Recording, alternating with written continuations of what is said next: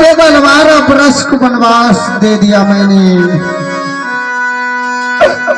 लेकिन इंदल कुमार यहाँ मरे हुए हैं, कफन और लकड़ी दिया हुआ है, चिता पर डालकर छोड़ दिया, लेकिन मेघा कुमार किधर गया?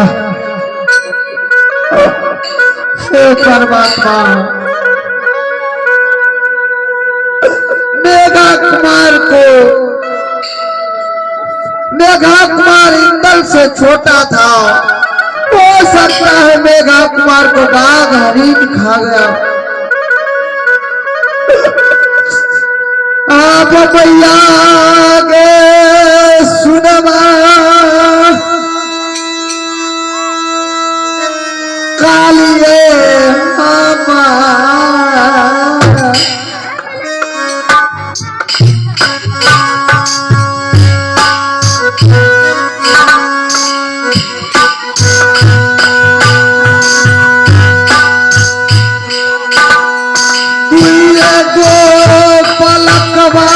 जगदम्बा यही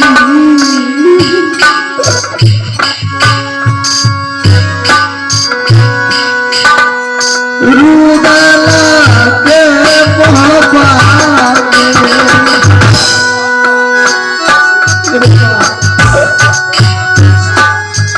इंदल को प्राण बचा होगा।